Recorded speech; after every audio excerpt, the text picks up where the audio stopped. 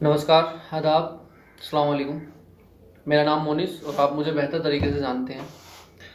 मेरी आप लोगों से हाथ जोड़ के विनती है कि मेरी बात को पूरा सुने। हो सकता है आपके सभी सवालों के जवाब मैं आज दे पाऊंगा।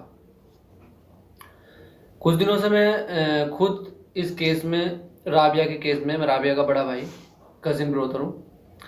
राबिया के केस में मैं खुद कुछ दिनों से लगा हुआ हूँ। मैं खुद इतनी छानबीन कर रहा था और जहाँ तहाँ मैंने जा करके देखा, कुछ वीडियो और कुछ फोटो हमारे सामने आए।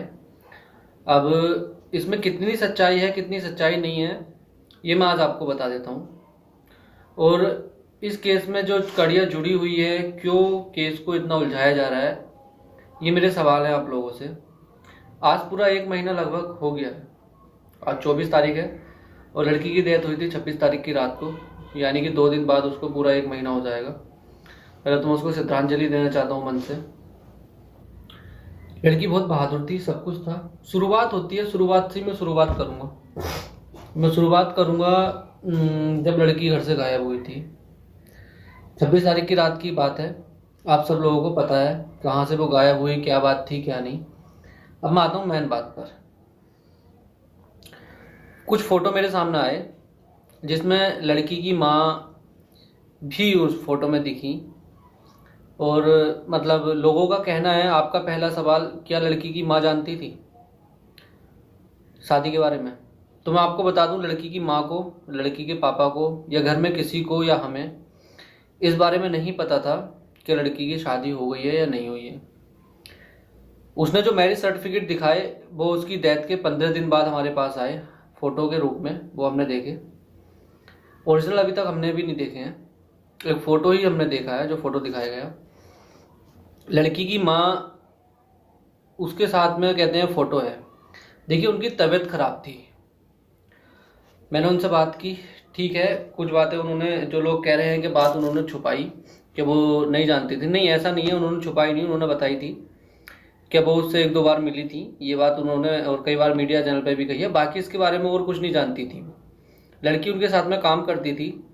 ये तो आप सभी को पता है कि वो दोनों सिविल डिफेंस में थे, दोनों आपस में काम करते थे साथ में। उनके बीच में क्या रिश्ता था, क्या रिश्ता नहीं था, ये बात तो अब आके पता चली है, ठीक है।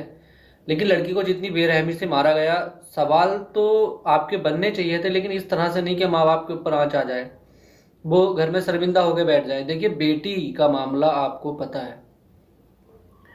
तो सवाल जो था वो ये था, क्या मतलब लड़की की माँ उससे मिली या नहीं मिली? तो मैं आपको बता दूं, लड़की की माँ उससे उनकी तबीयत खराब थी, बत्रा हॉस्पिटल में वो उनकी तबीयत खराब थी। वो लड़का वहाँ आता है, इस बहाने से आता है कि आंटी मैं साबिया के साथ में काम करता हूँ। और आने के बाद में फिर वो वहाँ पर मतलब उन्हें देख के चला जाता है। ये फोटो का क्या मामला है, क्या मामला नहीं है, इसकी जांच होनी चाहिए पूरी, तभी स्पष्ट रूप से सामने आएगा। और जो निकाहनामा या जो भी है सामने है, जब तक कानून नहीं बोल देता, जब तक अदालत इस चीज़ को नहीं बोल देती, हम नहीं मानेंगे। हम अभी तक नहीं मान रहे। क्यों? क्योंकि हमारी बेटी मरी है। दूसरी बात, उसको जितनी बेरहमी से मारा गया, जैसे उसको काटा गया, तो ऐसी क्या बात थी, क्या वजह थी, क्या वजह थी, उस वजह सामने आनी चाहिए, पूरी तरह से स्पष्ट रूप से आनी चाहिए जांच के बाद। क्यों? क्योंकि वो बंदा है मर्डरर, उसने मर्डर कर दिया, ठीक, वो जाके अरेस्ट हो गए। मुझे इस चीज़ से एक मूवी याद आ रही थी, मैंने देखी थी सीरीज, बिच्छू का खेल। सेम उसमें भी ऐसे ही होता है, आपको याद हो तो बिच्छू का खेल सीरीज में बिल्कुल ऐसे ही कंडीशन होती है। तो इसमें कहीं ना कहीं जांच का विषय तो ज़रूर है, जांच पूरी तरह से होनी चाहिए। और मुझे लगता है कि कानूनी मदद भी हमें मिलेगी पूरी तरह से। पर जब तक जांच नहीं होगी तब तक कुछ नहीं होगा। माँ बाप के सामने एक बेटी पड़ी है, उसका गला कटा हुआ, इतनी बुरी हालत, लोग आके सवाल पूछ रहे हैं, वो जवाब नहीं दे पा रहे हैं, सवाल उल्टे उन पे खड़े हो गए। क्या आपको नहीं लगता कुछ गलत हो रहा है? क्या आपको नहीं लगता कि जो हो रहा है वो कहाँ तक सही है, कहाँ तक गलत है? मैं आपसे बस इतना कहूँगा कि जितना हो सके सच का साथ दीजिए।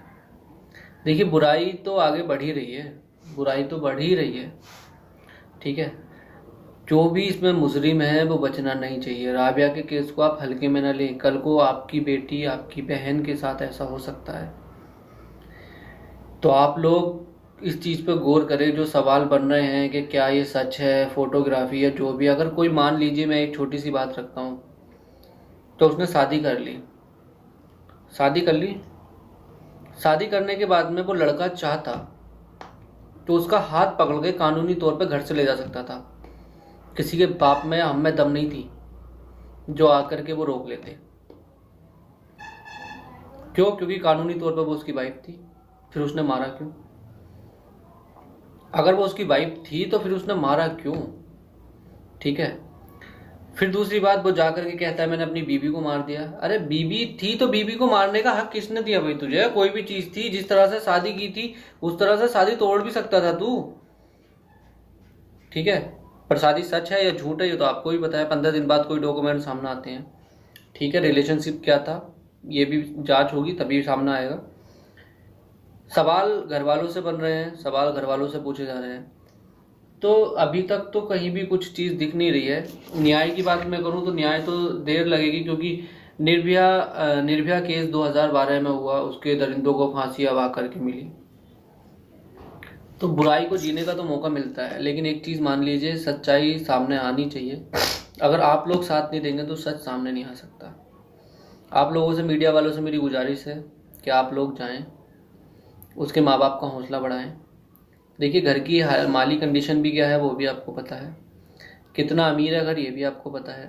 सवाल बेशक आपके बनते हैं और सवाल का जवाब भी है। अगर कोई भी सवाल पूछना चाहता है तो वो मुझे डायरेक्ट वीडियो कॉल कर सकते हैं और मैं उनके सामने सवालों का जवाब दूंगा। और सीधी सी बात यह है कि माँ बाप का जो रवैया है, जिस तरीके से माँ बाप को मतलब वो उल्टे सवालों में घेरा जा रहा है। तो पहले तो लड़की का जो एक चीज़ मुझे सामने पता चली वो ये पता चली कि लड़की को नींद की गोली खिला करके ले जाया गया था। तो किडनैपिंग हुई है दिल्ली से, यानी ये मामला है किडनैपिंग का। अगर उसकी वाइफ थी तो वो किडनैप करके क्यों लेके गया, ये आपको पता होना चाहिए। आप पूछ सकते हैं सवाल। दूसरी बात, वो अकेला इसमें नहीं था, ये बात भी आपको खुद सामने दिख रही है, तो वो भी सामने आने चाहिए जो लोग थे।